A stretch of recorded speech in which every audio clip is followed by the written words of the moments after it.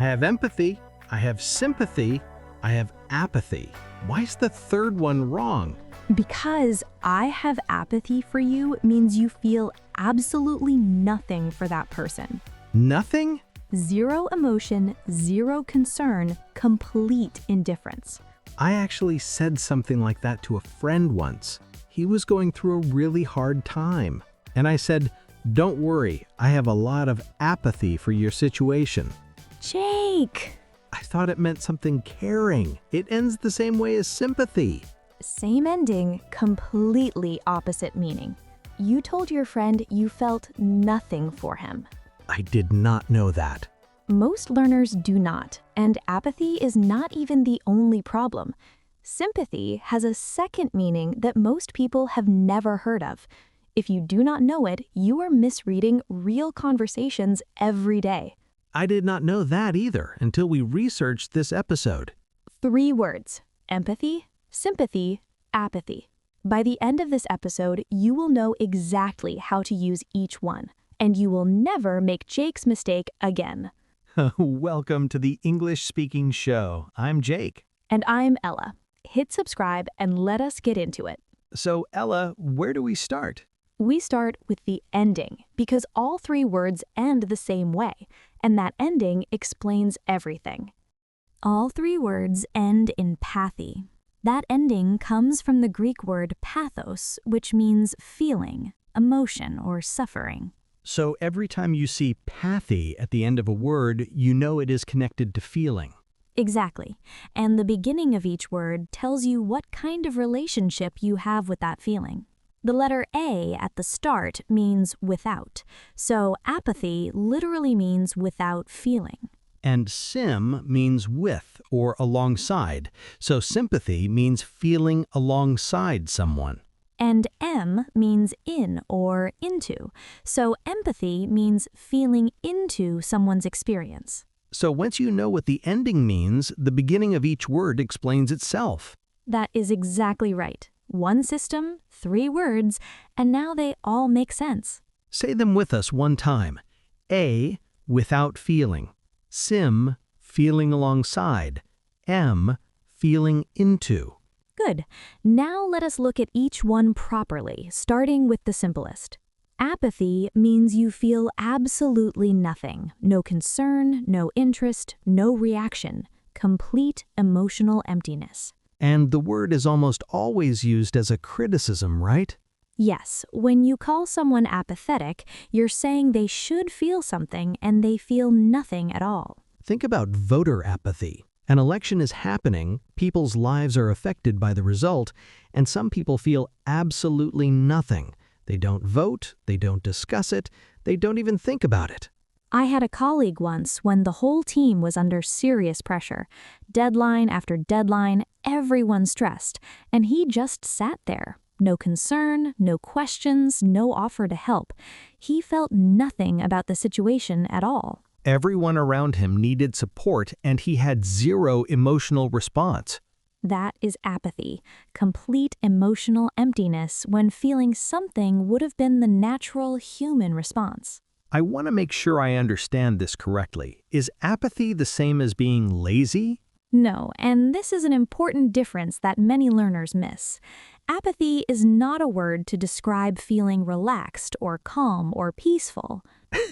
I can imagine someone saying, "I feel so apathetic today, just completely relaxed."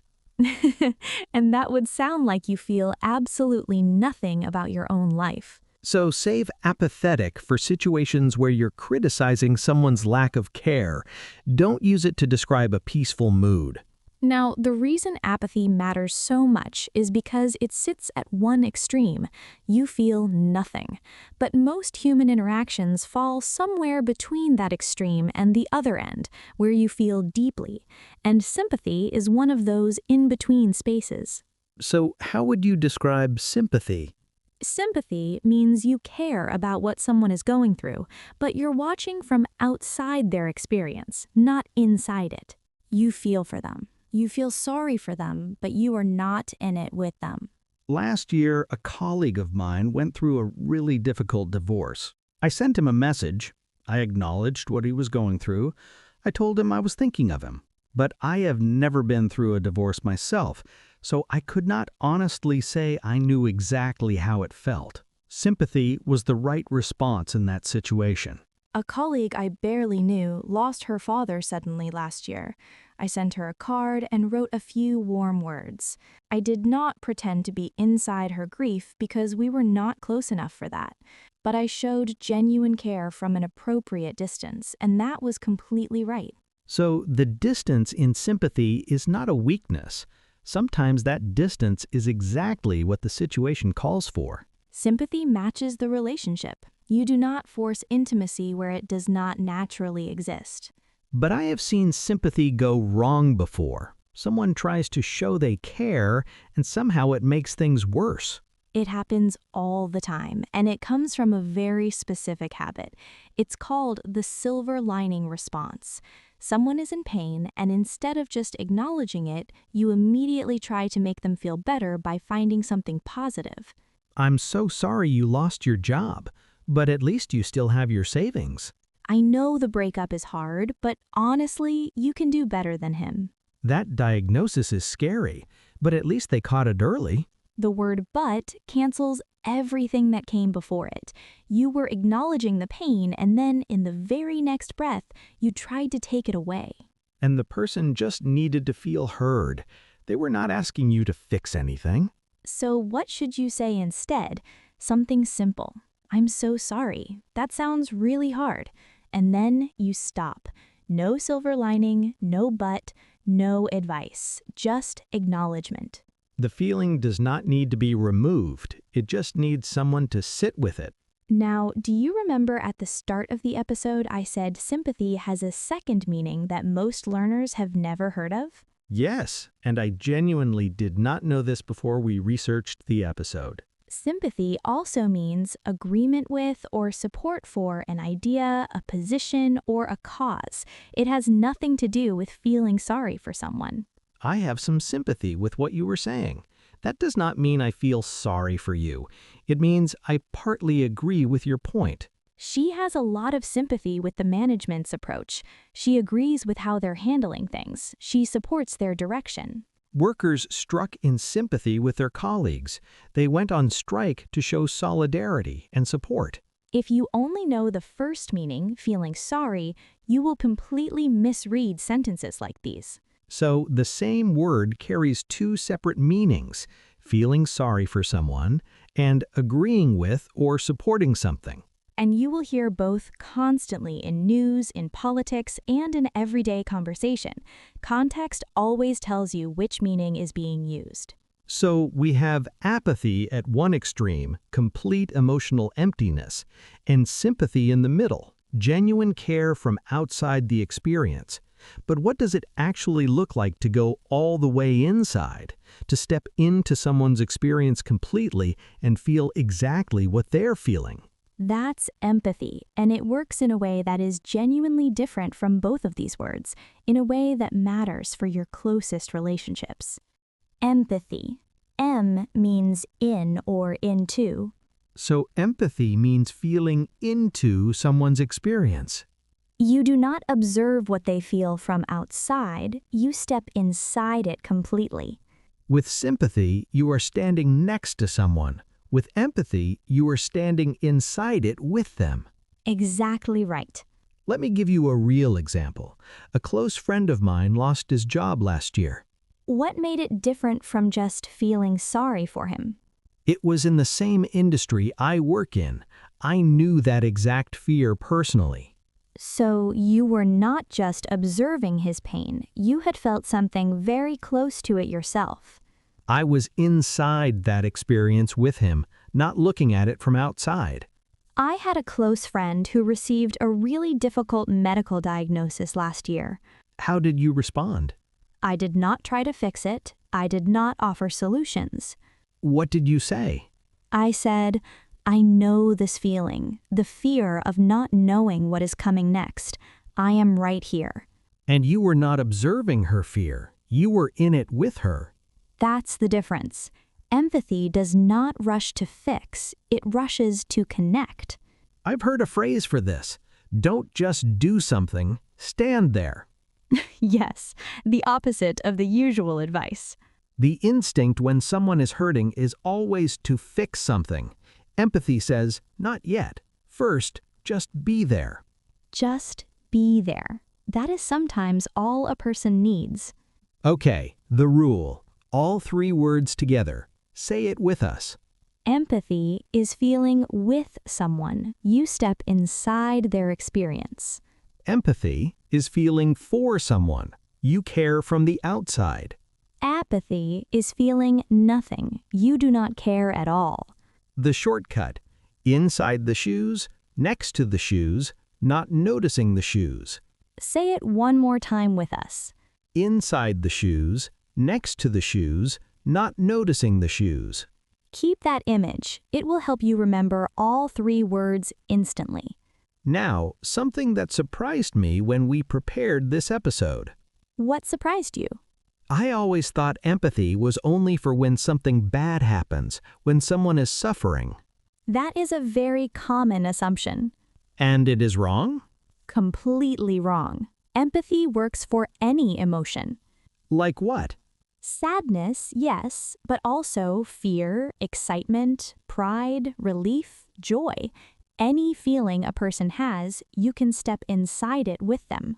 So sympathy is almost always for difficult situations, but empathy covers everything. Let me show you with an example. Go ahead.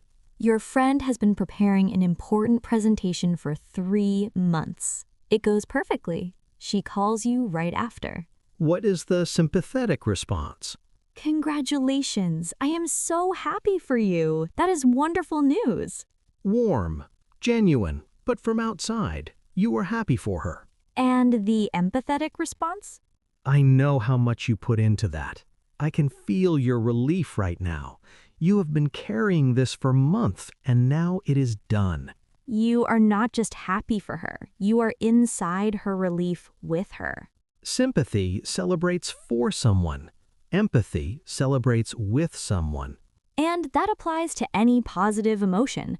Pride, excitement, joy. Empathy is not reserved for pain.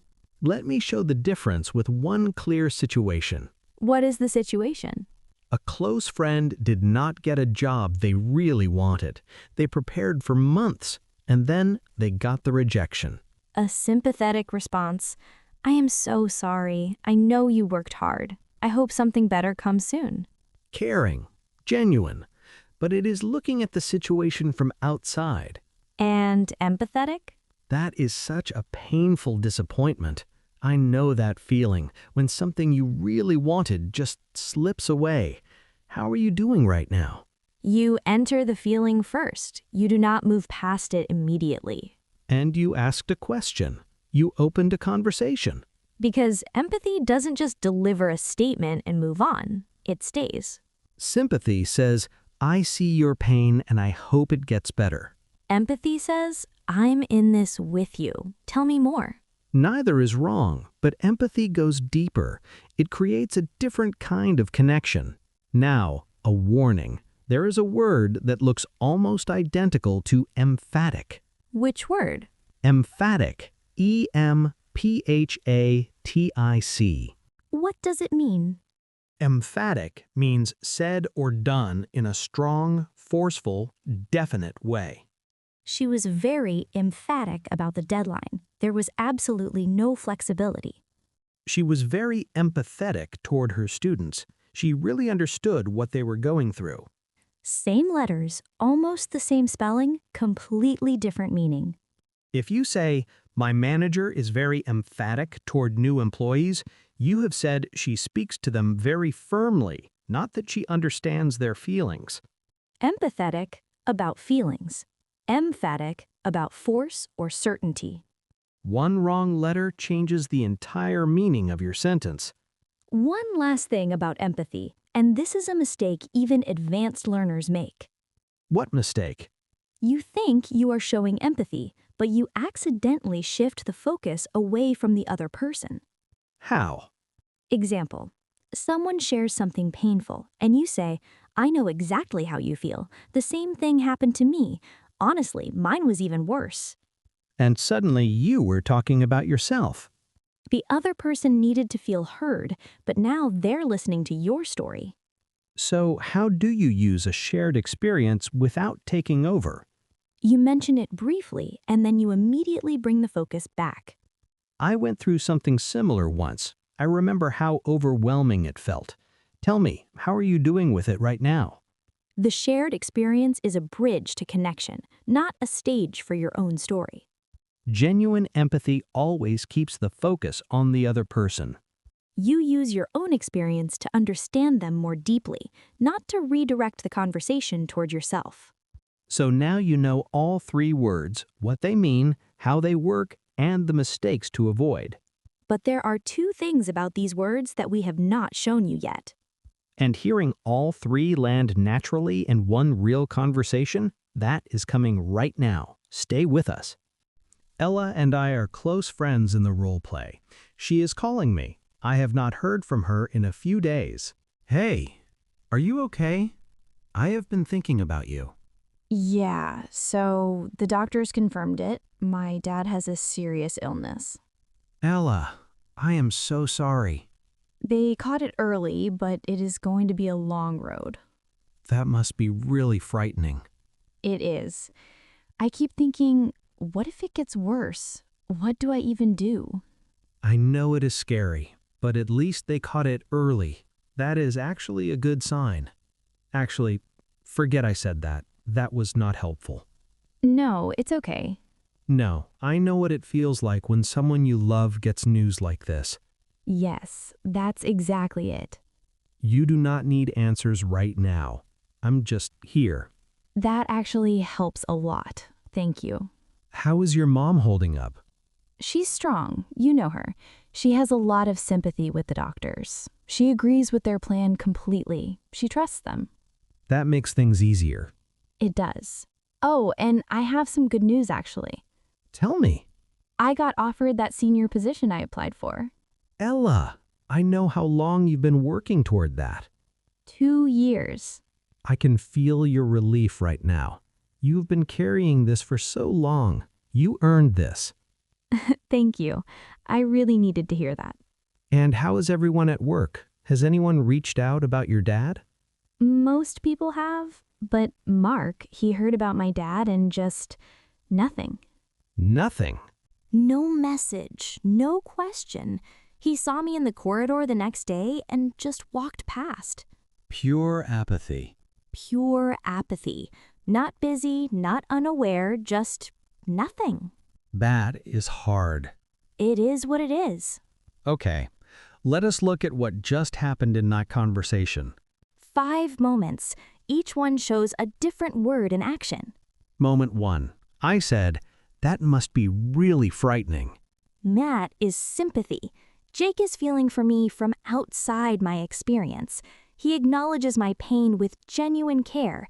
He does not pretend to be inside it. Moment 2. I said, at least they caught it early. The silver lining trap. Sympathy going wrong. Jake tries to remove the bad feeling immediately. I go quiet because I needed to feel heard, not fixed.